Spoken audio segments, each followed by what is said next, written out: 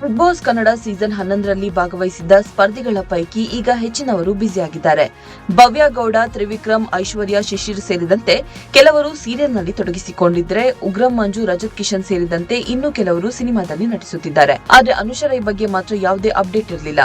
ವಿದೇಶಿ ಪ್ರವಾಸ, ಕೆಲ ಕಾರ್ಯಕ್ರಮಗಳಲ್ಲಿ ಅಟೆಂಡ್ ಆಗಿದ್ದು ಬಿಟ್ರೆ ಹೊಸ ಸಿನಿಮಾ ಅಥವಾ ಧಾರಾವಾಹಿಯಲ್ಲಿ ಎಲ್ಲೂ ಕಾಣಿಸಿಕೊಂಡಿರಲಿಲ್ಲ.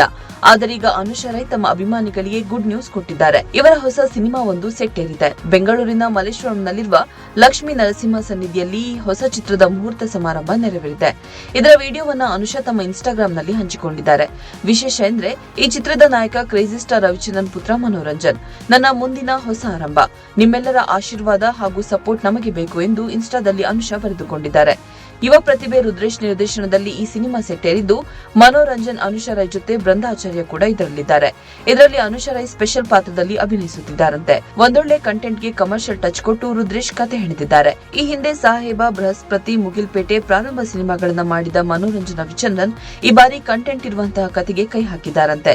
ಸದ್ದಿಲ್ಲದೆ ಪ್ರಾರಂಭವಾಗಿರುವ ಈ ಹೊಸ ಸಿನಿಮಾಗೆ ಇನ್ನೂ ಟೈಟಲ್ ಫಿಕ್ಸ್ ಆಗಿಲ್ಲ.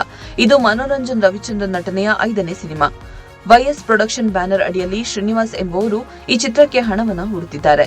ಜೆಸ್ಸಿ ಗಿಫ್ಟ್ ಅವರ ಸಂಗೀತ ಈ ಸಿನಿಮಾಕ್ಕಿದೆ. ಛಾಯಾಗ್ರಹಣವನ್ನ ಸೆಲ್ವಂ ಮಾಡಲಿದ್ದಾರೆ. ಮುಂದಿನ ವಾರದಿಂದ ಶೂಟಿಂಗ್ಗೆ ಕಿಕ್ ಸ್ಟಾರ್ಟ್ ಸಿಗಲಿದ್ದು, ಮೊದಲ ಹಂತದ ಚಿತ್ರೀಕರಣವನ್ನ ಚಿತ್ರತಂಡ ಬೆಂಗಳೂರಿನಲ್ಲಿ ನಡೆಸಲು ಯೋಜನೆ ಹಾಕಿಕೊಂಡಿದೆ. ಆ ಬಳಿಕ ಬಾದಾಮಿಯತ್ತ ಇಡೀ ಟೀಮ್ ಹೆಜ್ಜೆ ಹಾಕಲಿದೆ.